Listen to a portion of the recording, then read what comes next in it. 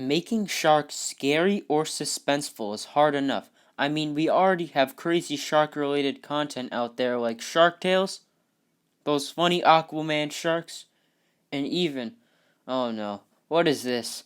I just looked up funny sharks on Google Images, and now I'm down a rabbit hole of photos of sharks with human teeth, which is unusually unsettling.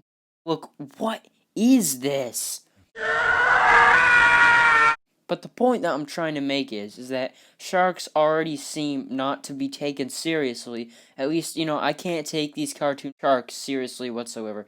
Yeah, the classic movie from 1975, I think, uses the magic of Spielberg to create a masterpiece. An absolutely well-crafted and amazing film, 10 out of 10, Jaws. Now, don't wait for me!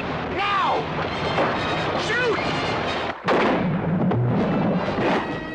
He's got lifeless eyes, black eyes, like a doll's eyes. This movie had such an impact on people and culture that it made them afraid to go in the water, even though the shark in the movie acted and appeared unrealistic to real-life sharks. But if the first movie went so well, why did it all go downhill?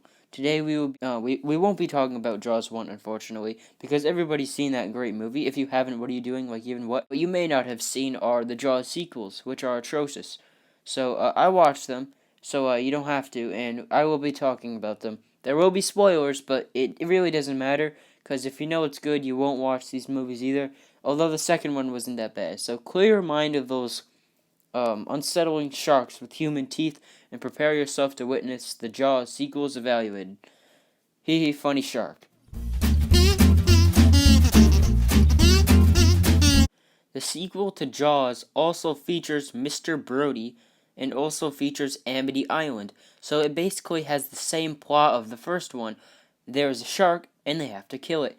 Usually with creature/monster type films, the first movie reveals the creature and how they can kill or destroy it. But sequels to these creature features, like if you want to call them that, I think, are kind of forced to do something different. Because in the first movie, you already know what the creature is, and there needs to be a new element added to the story to keep it original.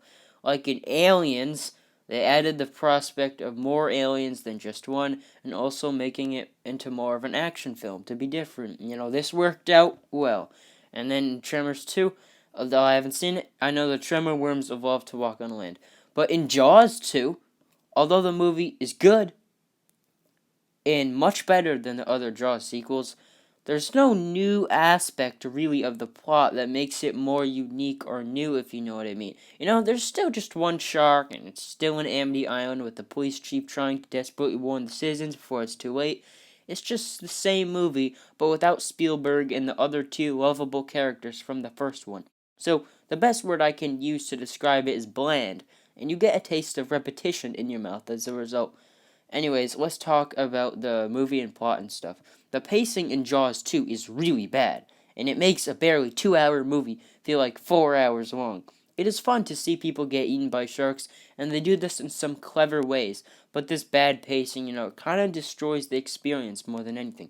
Also, one thing that bugs me is that there are these really, really annoying teenagers in the movie that serve no purpose yet are a big part of the plot. One of them is Mr. Brody's son, and there's a whole cast of teenagers that you won't ever remember. They are all Barbie doll-looking, one-dimensional kids, and all of them have little perfect Barbie doll faces, and they essentially look like they have never felt any pain in their life, and whenever they are on screen, you despise them. That is a bit of an exaggeration, I guess, but literally their only purpose is to be shark bait, and when it comes to the climax of the movie, the girl teenager's only purpose in the movie is to scream, just screaming. That's literally Balance the boat! Apart from this, another really dumb scene I want to talk about, displaying the stupidity of these Cape Cod teenagers, is when this teenage couple was on a little rowboat, and then the shark came and knocked this boy off of the rowboat. The girl on the boat is screaming as this boy tries to swim back onto the boat as the shark comes closer. Then this boy, Eddie I guess his name is, gets thrown right up to the edge of the boat.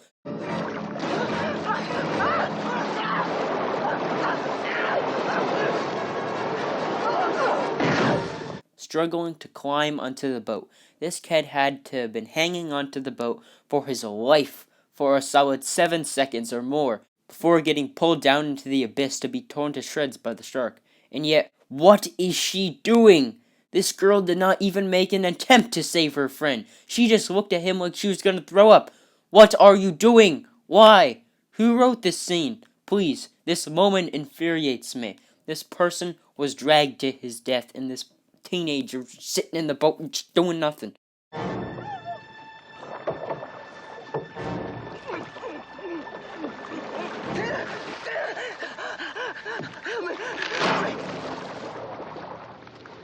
But despite me saying a lot of bad things about this movie, it's not all bad. The guy who plays Mr. Brody who was also in the first movie. I don't know the actor's name. He did a really great job, and it was still enjoyable. Another part that was actually genuinely cool was at the end when they electrocuted the shark. So the movie's not that bad. It still is enjoyable to a degree, just forgettable, I guess. So Jaws 2 is an okay experience at best. Even though it has these annoying and stupid teenagers, it at least keeps John Williams doing the soundtrack, which is a plus and adds to the film. 4 out of 10, I would say, or 5 out of 10, probably closer to 4 out of 10.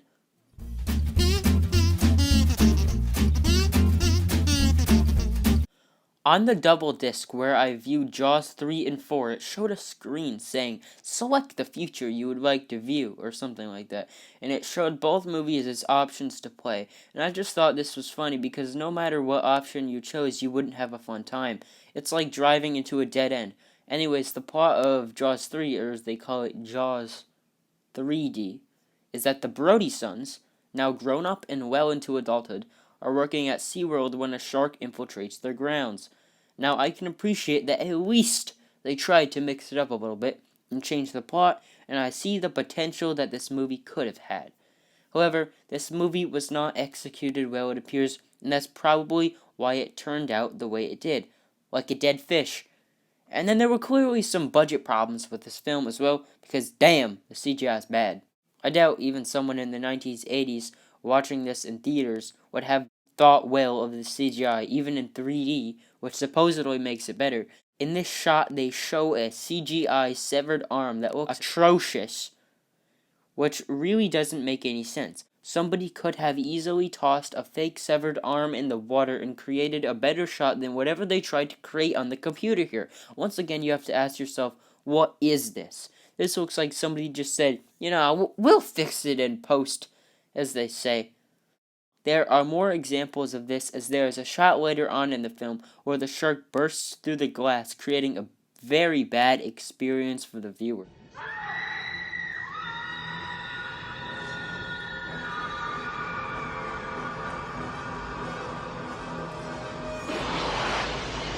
So already we're not off to a great start with Jaws 3, are we? But I'm not going to nitpick every little thing, because they clearly had some budget issues, as lame as an excuse for this is.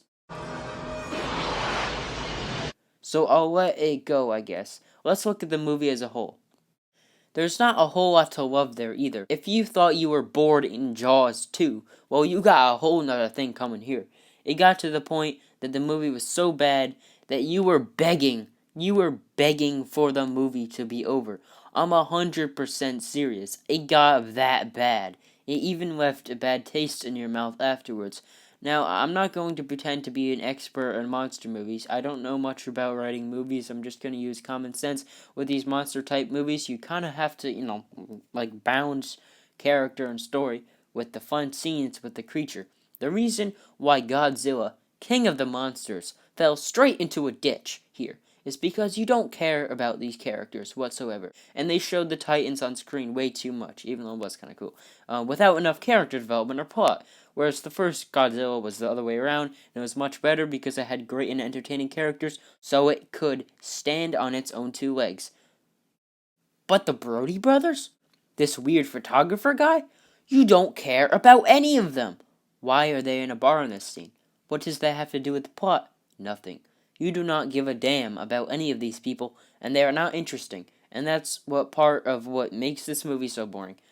In a badly made scene in Jaws 3, when the shark is chasing one Brody brother and some dolphins, you care more about the dolphins getting eaten than the actual humans. In fact, some of the scenes with the shark, the scenes that are supposed to be at the least entertaining, fall short. I don't know what went wrong. Seemed like the idea for the movie, having sharks in SeaWorld, did have some potential. My guess is that it was bad execution, or I don't know. But the problems with Jaws 3 don't end there. I'll get to the positives, There's one cool shot with a shark eating dead body. I guess that's cool. And then there was one part where they revealed that the shark's mother was still alive, and things started to go wrong in SeaWorld. And I was like, for a second, excited that this movie would pull itself back up. But it didn't for me, unfortunately. Instead, this movie got even worse. So I guess you could say that there are no positives. I guess if you have some nostalgia for this movie, you could maybe enjoy it. But I honestly feel sick to my stomach even thinking about this movie. It was so boring and draining as an experience that if there were any positives in there, I honestly do not remember any of it. So frankly, I do not want to discuss this garbage movie anymore, and I'll give Jaws 3 a 1 out of 10 or a 2 out of 10, probably closer to a 1 out of 10. This movie is garbage, and I advise you not to watch it under any circumstances. And you thought it wouldn't get any worse.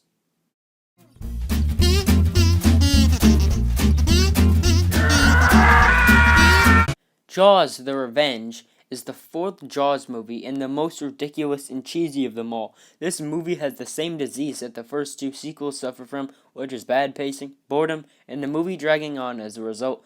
However, this one was a little more entertaining simply because of how ridiculous it was at points. Anyways, the plot of Jaws: The Revenge is that a great white shark is mad at the Brody family because I guess the Brody family killed 3 other sharks in previous movies, even though the shark would probably be grateful for this because it has more food to eat with less competitors in the ocean. But for some reason, it is angry at the Brody family and wants to exact revenge by tracking down their location thousands of miles from Amity Island all the way to the Bahamas.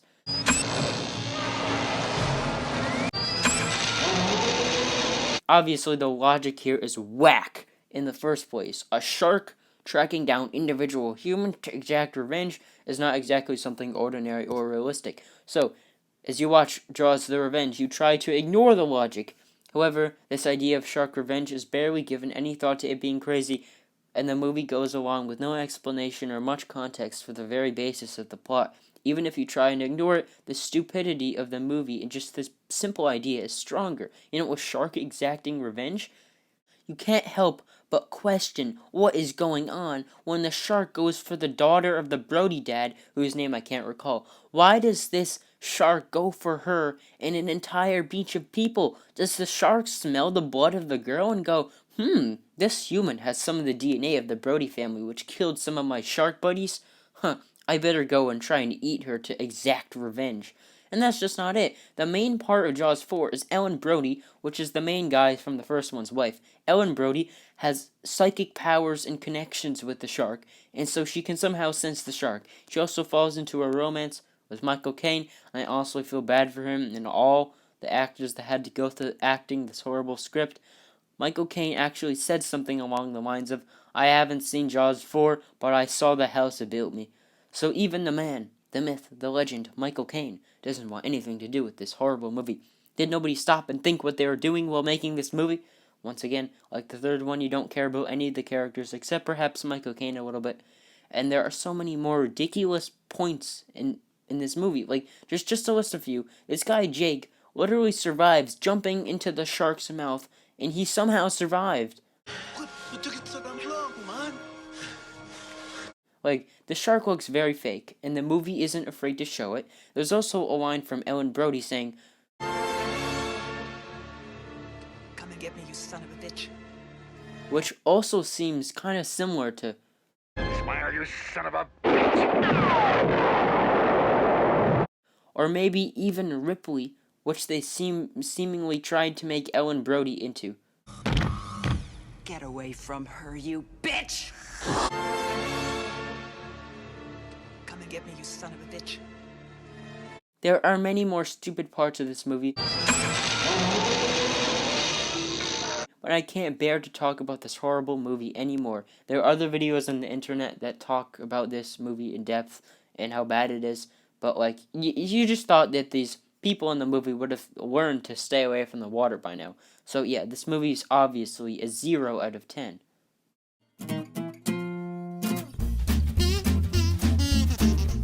Overall, the Jaws sequels were a complete and utter disaster. They had lots of potential after the masterpiece of Jaws 1, but it was all thrown away. The Jaws sequels are boring, repetitive, ridiculous, and a waste of money. In fact, maybe they didn't have any potential to begin with because there isn't really much more you can do with a shark.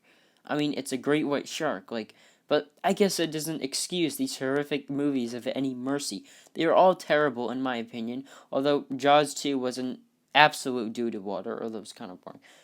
Thanks for watching. Make sure to subscribe for more epic content. And to essentially sum up this video, I'll just show you this comment of truth I found on the internet saying, the first Jaws is the only Jaws movie.